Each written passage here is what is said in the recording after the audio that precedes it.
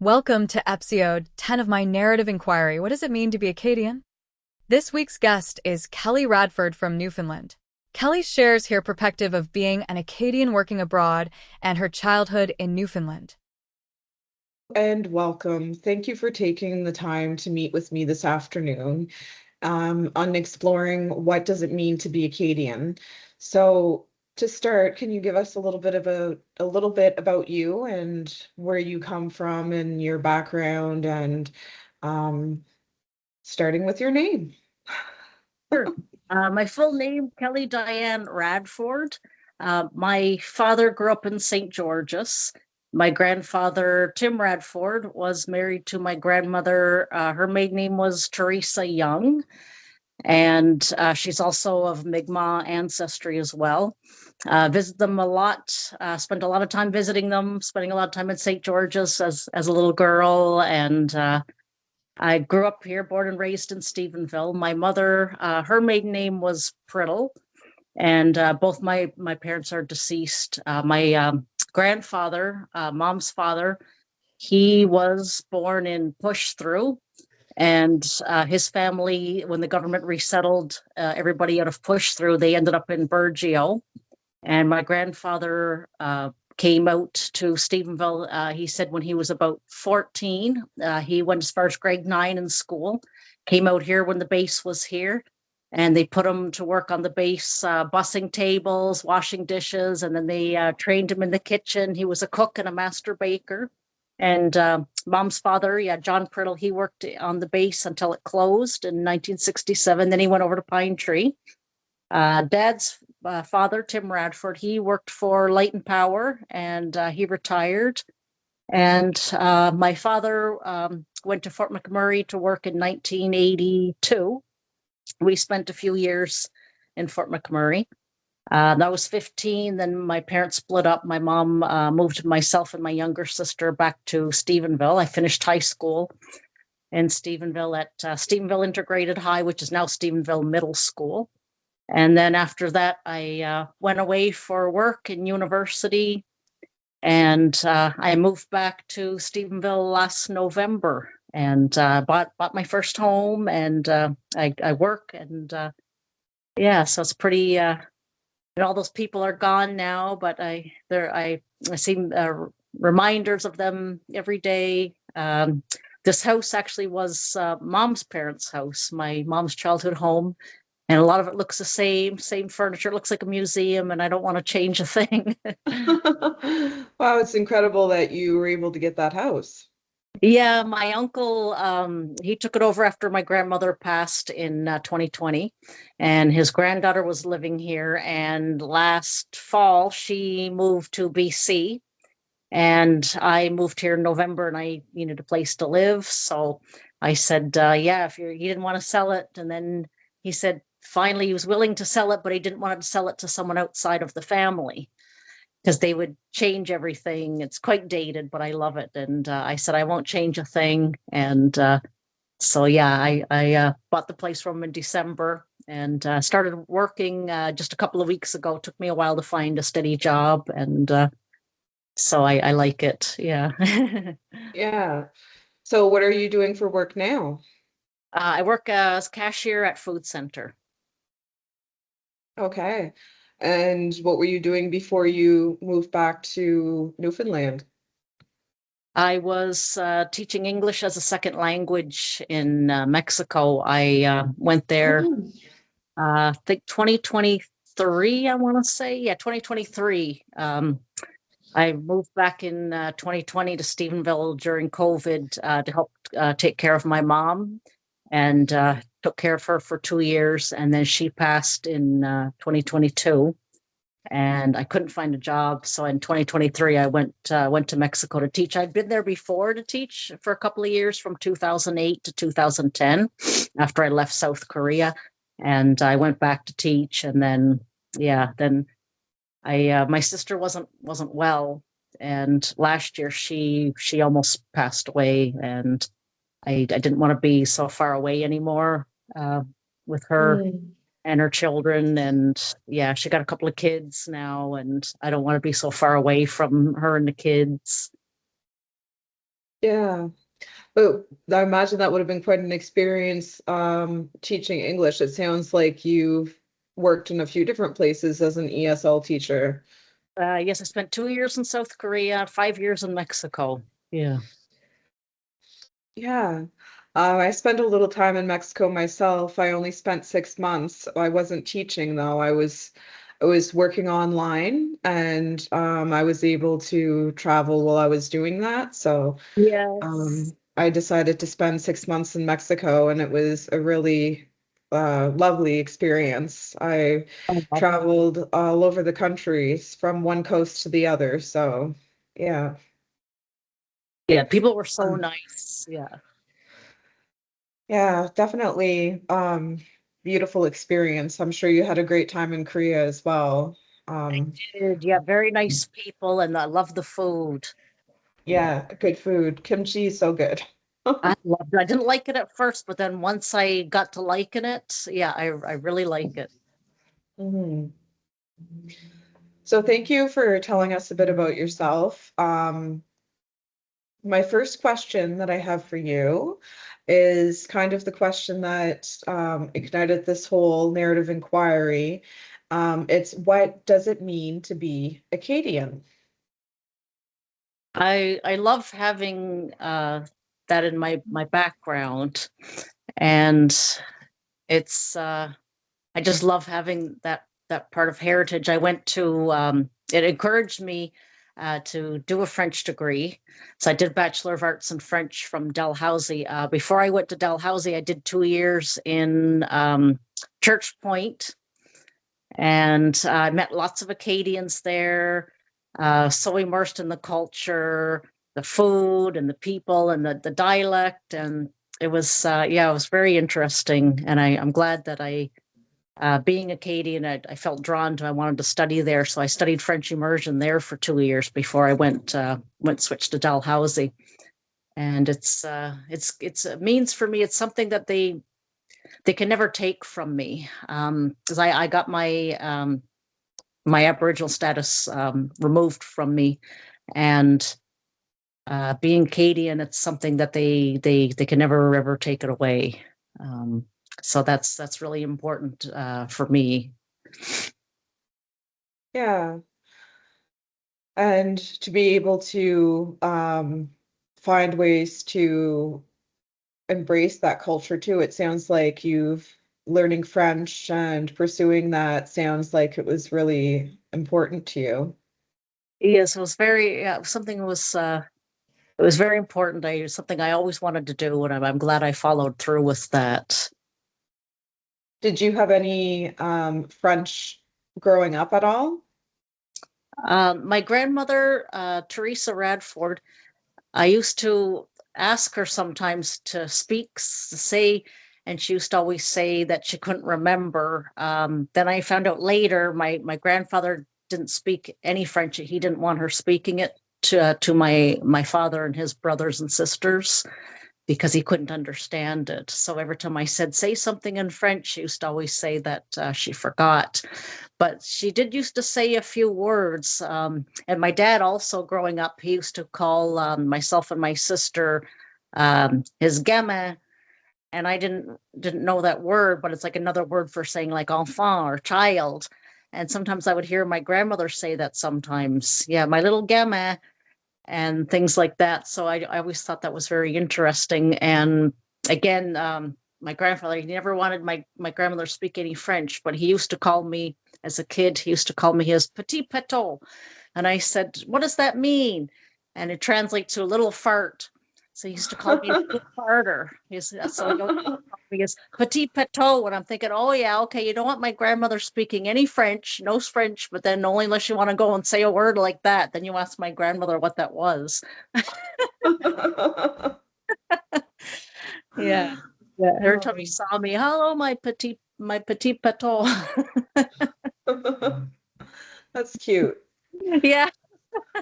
Yeah. He passed away 2012. And yeah. And yeah, I remember growing up, Dad calling him his Gemma, Gemma. So just a couple of words that I probably can't remember right now, but I might be able to remember later on, maybe some other word and not knowing where that came from. And now, getting older, and it's like, oh, that's where that came from. Yeah. I find sometimes with words that will happen from my childhood as well, because some of the words we were using, um, I just haven't heard them spoken for quite some time. And yeah. Um, so is what you believe to be Acadian any different than what you thought in your childhood? Uh, no, nothing really different. No, no. I wish I could have learned some from my grandmother as a child. Uh, yeah, I wish I would have learned, some French from her, but yeah, I know she didn't. She wasn't eight, wasn't supposed to. And yeah, my dad often said that as well. And one of his sisters had said, yeah, I wish we could have learned some French when we were kids. But yeah, as my grandmother, yeah, wasn't really permitted to speak it in the house. And yeah, it's too bad. Yeah. We end up having to learn it in formal learning in school, but what an experience to have been able to learn it from, yeah, someone who was Acadian and a native speaker, and yeah. Yeah. Yeah. So growing up, other than the French connection, did you have any other things in your life that you would have felt were Acadian? No, nothing So else. wasn't something that you spoke about as a family or acknowledged or anything like that? No, it was similar to the Mi'kmaq part, that it was never talked about, it was never mentioned, and I don't think for any negative reasons. I think it was just really never. Yeah, I know my parents had both like blue collar. They had worked, and then my dad spent a lot of time away when I was a kid working, and then it was so many weeks on, and then he would come home, and then it was so many weeks he would have, I think, stamps, and then he ended up going out to Alberta, working there, and then I think it was 1984. Then my mom moved us up there, and then we were there for 6 years, and my mom was working sometimes two jobs. My dad was working at Syncrude at the tar sand, and sometimes 12-hour days, shutdowns. So then it just became just working just to keep the house, keep the car in the driveway, keep clothes on our backs. And it was kind of mostly, yeah, that kind of became a way of life. And then they split up. So me and my sister got to decide where we wanted to live. And we chose we wanted to go back to Newfoundland with, our mother. So when I was 15, and then I was had like almost like a single, parent for a few years. And then it was my mom again working, two jobs, try to keep us going. Summertime, we go up to Fort McMurray, visit our dad. And then all of a sudden, the years just kind of flew by. And then I was graduated from high school. And then I had to figure out, well, now what am I going to do? And it was only until maybe when I said, well, I always liked French in school. And then I spent a couple of years at the French University in Church Point. And I really, wow. Then I was about 21 then. And then the history, of Evangeline and all of that, then it just became, wow, like I was only now I'm appreciating and learning and realizing, like, yeah, I'm Acadian as well. And prior to that, it was like it was never ever talked about. Yeah. Yeah. So it was more of a self-discovery for you. Yes. Okay. Mhm. Um, so I have a question. Are English Acadians less Acadian due to assimilation? Um, I don't think so. No, no, not at all. Okay. Um, could you explain a bit more into your answer? Because some people really I don't, how would I say this? Some people are very opinionated about this question. Yes. Yeah. Uh, I think that your it's your DNA, it's your blood, and I don't think there's a person alive that can cheat you or try to joust you or rob you of any of that. Uh, we moved away, and my dad spent a lot of time in Alberta working, and then he was living in Alberta, remarried when he passed away. But it doesn't make him less that he was less of a Newfoundlander because of that. He wasn't less, my father because, well, he remarried. So I think even if you weren't assimilated, there's people that they chose the different ways of life and the language, and then other people maybe they didn't have an opportunity, or if they just chose not to. I think that even if they weren't assimilated, I just think it's something that it's in them, it's inside them, it's a part of them, and I don't think there's anyone else that could say otherwise. That you're less Acadian or you're less Mi'kmaq because you moved away or you did this or you did that. And yeah, I have a very strong opinion that yeah, there's nobody that could. You can't change, you can't modify someone's genes and blood and DNA. Yeah. So it's basically to be Acadian is also genetics, and Yes. that's what it comes down to. You can't, language doesn't really have anything to do with it. Um, so you didn't realize or really do your self-discovery of becoming an Acadian until you were in your 20s. But do you feel that you had fewer opportunities as an Acadian? And if so, why? Yeah, I definitely felt I had fewer opportunities. I just and I mean, my grandparents wonderful. I just wish that I kind of would, and my dad had said it also, like the opportunity would have been there for learn French or learn about the culture or uh, yeah, meals or music or even stories. But I just wish that, or maybe I wish I would have asked more. But when I was a little girl, I just more wanted to just spend time with my grandparents, and I didn't really. It never occurred to me to ask those questions.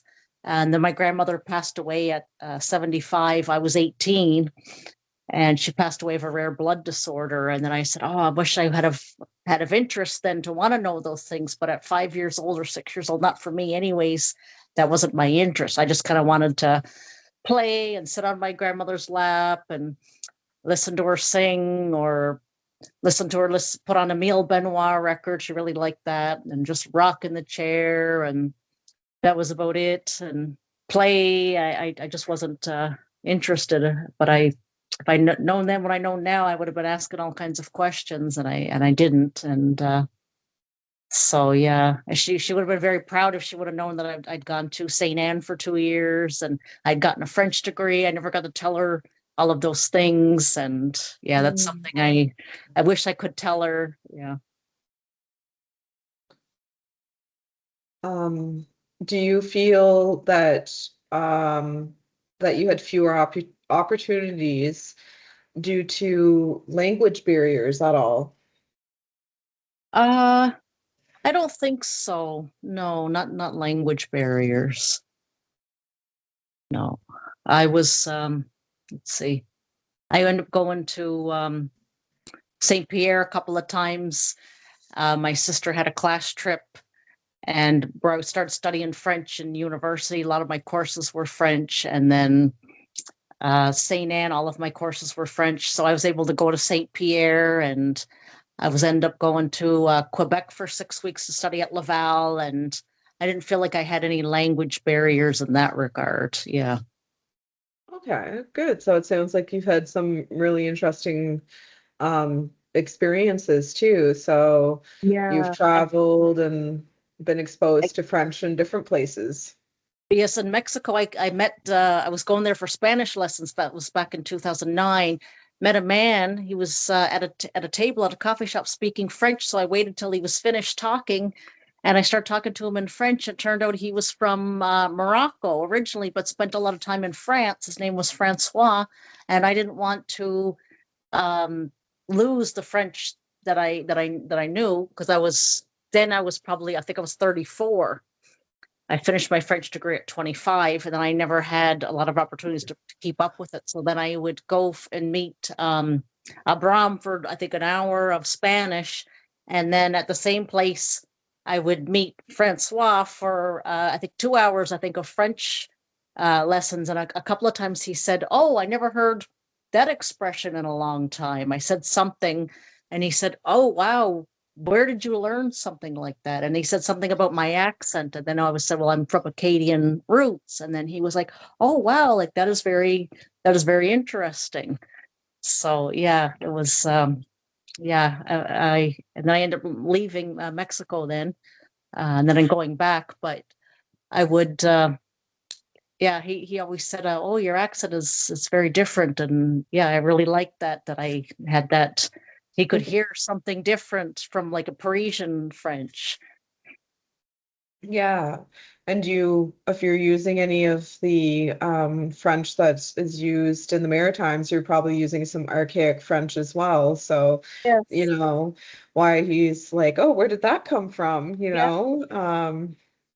Haven't heard that in a while. So that's really interesting to think about our language and think that over hundreds of years, we're still using words that folks were using in France at the time. Yeah. Yes. Um, so my last question for you is, what do you feel your biggest challenge has been as an Acadian? Um,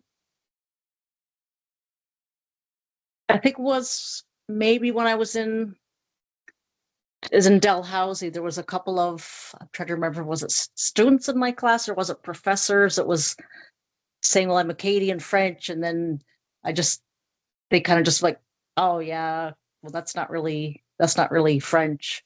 And then similar to some people when they think, Cape St. George, it's not French. And it's like, no, it's very real. Or even stereotype from people in Canada thinking that, uh, oh, the only French in Canada is only spoken in Quebec and Montreal. It's like, no, you're totally wrong. Like French is spoken in every province in Canada.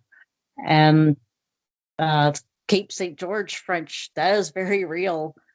And also when I teach other parts of like Korea and Mexico, they have the stereotype that it's basically, oh, the only people that speak French are people that live in Quebec.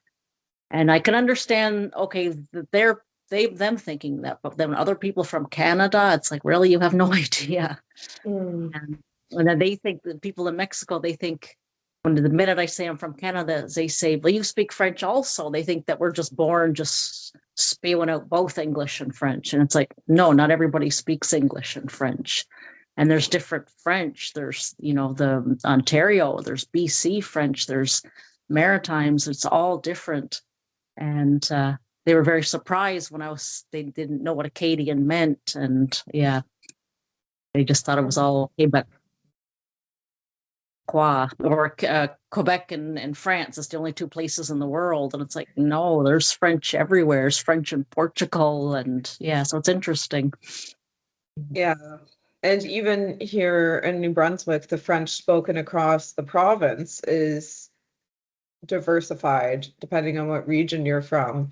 Um, and we all have a lot of influence from the English communities that surround us as well, have a large impact on the language and how it's spoken. So, but I really enjoy listening to French from different areas, and the expressions as well are very interesting.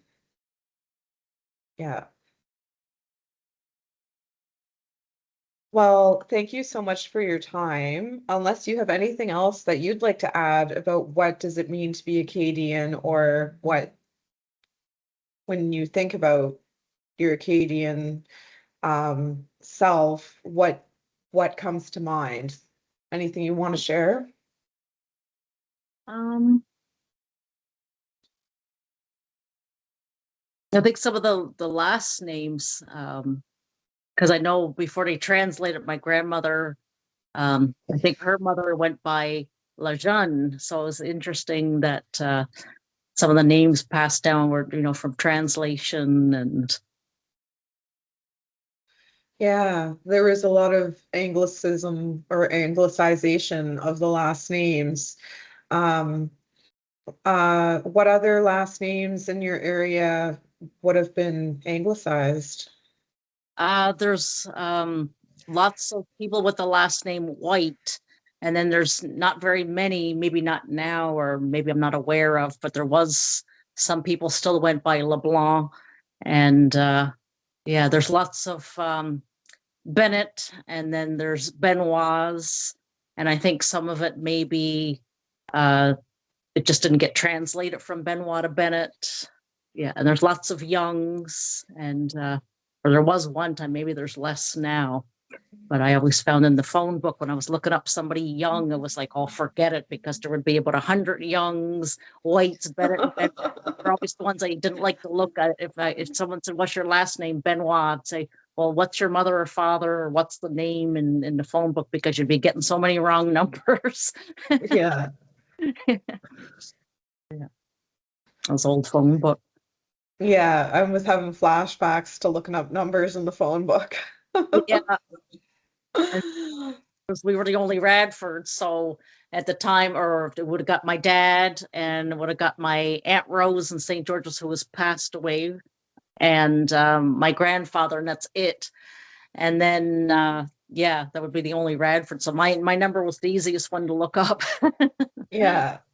Yeah, my last name, Savoy, in the phone book around here where I grew up, there'd be pages of us. So, Oh, yeah. And then on top of that, it's not just Savoy, we also have Savoy, because there was the whole lot that also anglicized yes. because of various reasons. So, my mother's actually a Savoy and my father's a Savoy. So, Okay.